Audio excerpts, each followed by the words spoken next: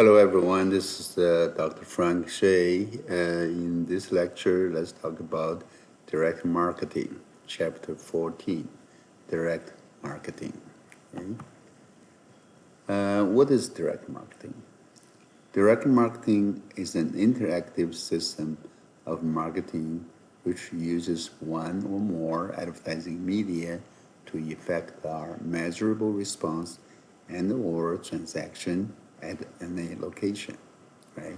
It could involve interactive TV, right? The internet, telemarketing, print, other media, or direct mail. It's direct marketing, right? I'm sure we all have experienced or used direct marketing to buy something, like using home shopping network, or buy something direct on the internet, right? Buy something upon receiving a direct mail from the manufacturers, or get telephone calls by telemarketers on purchasing something. Okay? Growth of direct marketing tremendously over the decades. There are many factors, right? There's a change in the structure of markets, multiple channels, right? And consumers are using credit cards, right? And there's a changing structure of a society. People are living further out in the suburbs or exurbs and very far from the center city, right?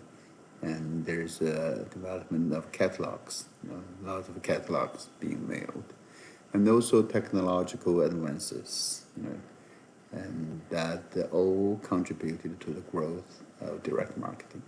Okay?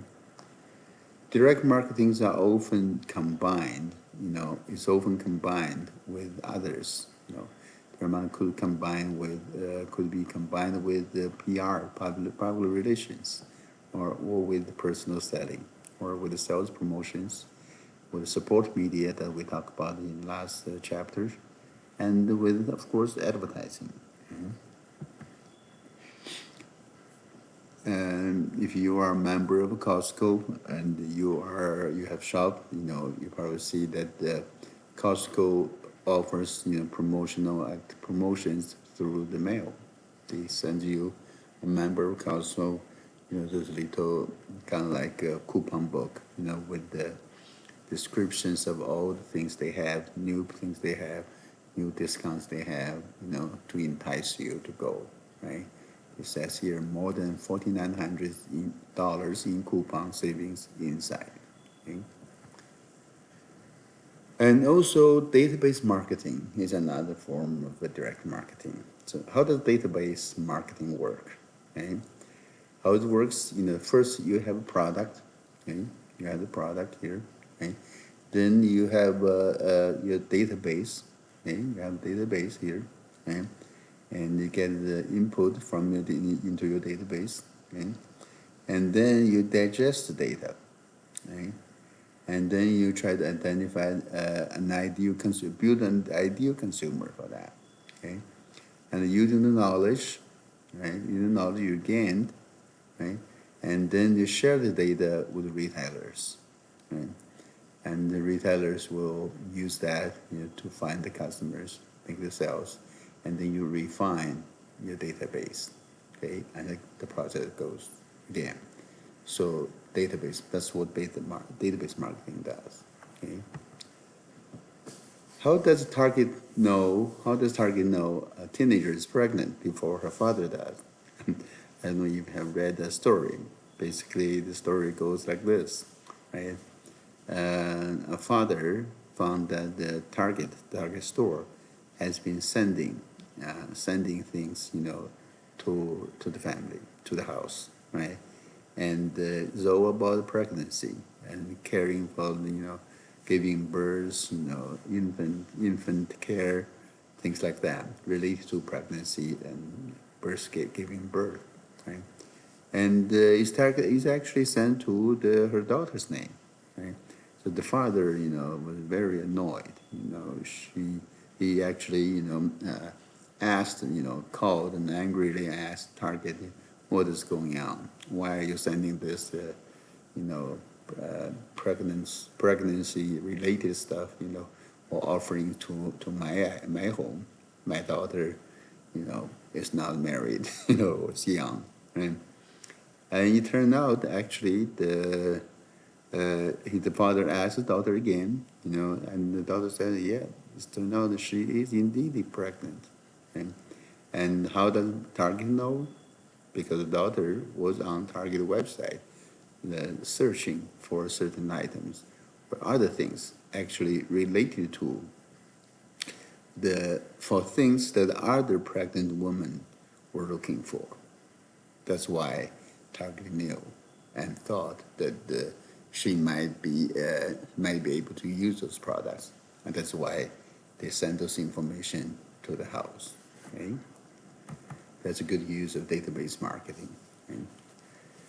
A good consumer database should have all these informations, all these items here. Okay, should have a name, of course, address, zip code, very important zip code, telephone number, length of residence, age of consumer, gender, marital status, family data, education, income, very important, occupation, transaction history, promotion history sent to this consumer, inquiry history, what kind of things he or she is looking for, and give him or her a unique identifier. Okay? That should be what's in the consumer database. Business to business database, B2B database should have similarly, you should have contact information, title of the contact person, telephone number, source of order, or inquiry, referral, credit history of the company, and industrial classification using the NAICS code, okay?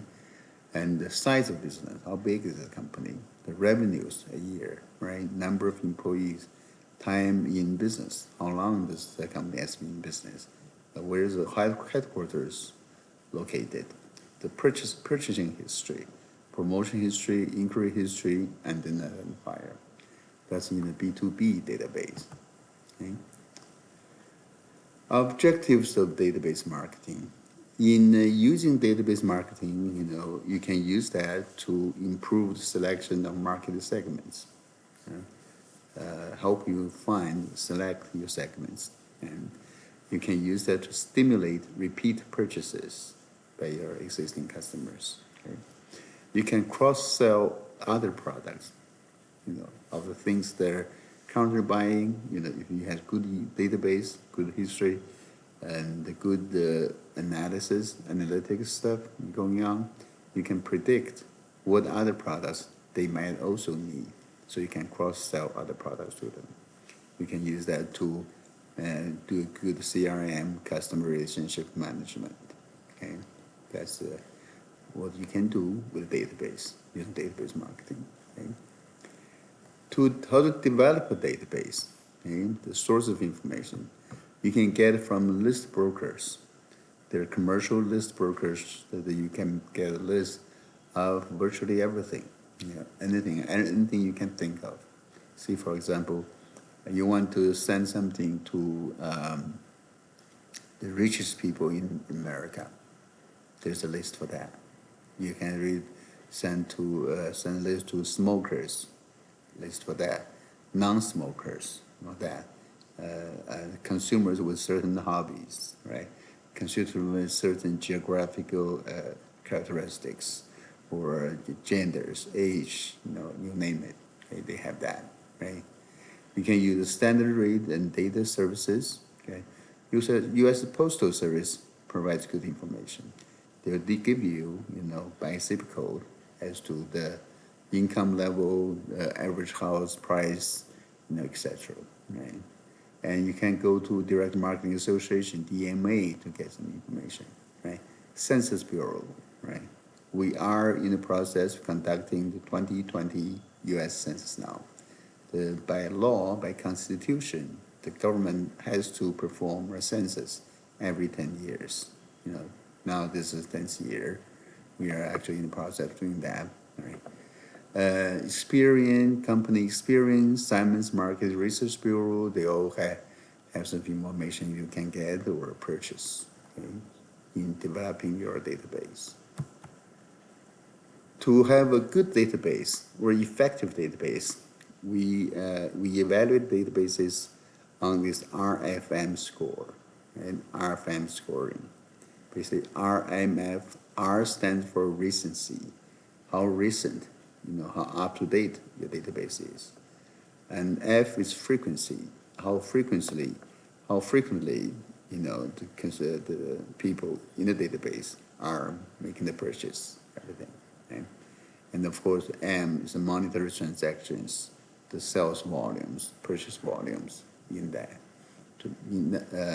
We use RFM score to evaluate the effectiveness of database. Okay? Database for direct marketing, or the strategy for direct marketing, there's a one-step strategy versus two-step strategy. Basically, in the one-step strategy, the medium is used directly to obtain an order. You have to get a sales order. Okay? Often use toll-free phone numbers on orders, and the credit card payments, so you can get that. Okay? In a two-step strategy, you use one medium to obtain the inquiry and qualify the prospect, and then follow up with a second medium to complete the sale. Okay? Maybe the first one use internet, and the second one is maybe with the telemarketing call. Okay? Catalogs, the catalogs, there's so many catalogs going on. We produce, in this country, we produce a lot of trees, produce a lot of catalogs. I'm sure every family, every address, you receive a lot of catalogs for everything, anything. Okay? Some are actually quite successful because they specialize in certain product categories, certain specialty products that people just love to get. Right? Also, there is a direct response versus support advertising. Okay? What's the direct response advertising? In direct response advertising, you tell the people the product and services offered. Okay? Sales response is solicited. Okay? And you include a toll-free number. And then you advertise on TV spots, infomercials, or home shopping shows. And then you can use that directly to get a direct response in your advertising to make sales. Or you can use support advertising, right? Readers Digest asks you to watch mailbox for sweepstakes entry, okay? And that supports other advertising, okay? That supports advertising. Direct marketing by print media. Have you seen Costco, anyone? Yeah. I have seen it. One of our marketing student was involved in the company. She was a sales agent for Costco. She once came to my office, show all the cutting knives she had offered. I actually bought a couple from her. Yeah, Costco use direct marketing, use the print media. That's the way how they can get to new customers. Telemarketing.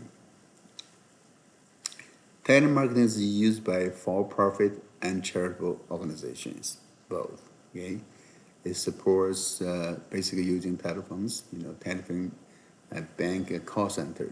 I used to be the supervisor at a call center called Unitrack in Norcross, Georgia, and in my group, I'm supervisor of 12 sales reps.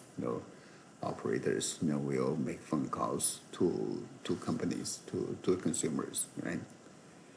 Telemarketing can use this to support one or two-step marketing, or sell directly, or use two-step marketing. It's a big industry, but the sales is decreasing now, actually, right? And there's a potential for fraud and deception, a lot of them that. Annoys consumers. Consumers are annoyed by those telemarketing calls. And you heard about the do not call registry. If you don't want to get the telemarketing calls, you can register your phone numbers with the National Do Not Call Registry. Then you will not get it, but you may still get it. Sometimes some people just keep calling you. They'll find your number. And so This do not call this is impacting or hurting telemarketers, tremendously. And forms of direct selling. There is a repetitive person-to-person selling, non-repetitive person-to-person, and there is also party plans. Have you heard about Tupperware? Tupperware. Okay? If you have experience with Tupperware, they use party plans. Someone will come to your house, they hold a party, with your friends, families, many people in your living room. They hold a party, show you all the Tupperware boxes, everything. Right? I have a co-worker, she was involved in Tupperware, and she has a full closet of all those plastic Tupperware boxes. Measuring effectiveness. How do you measure the effectiveness of direct marketing? Basically, we use cost per order. Cost per order, CPO. Basically, how much it costs you to get an order, right? The cost of getting an order. Obviously, you can weigh that against your profit on the order to see if it's effective or worthwhile. Okay. There are advantages, many advantages of direct marketing. And there is selective search, reach. You can reach only the people, target market, target segment that you want to reach.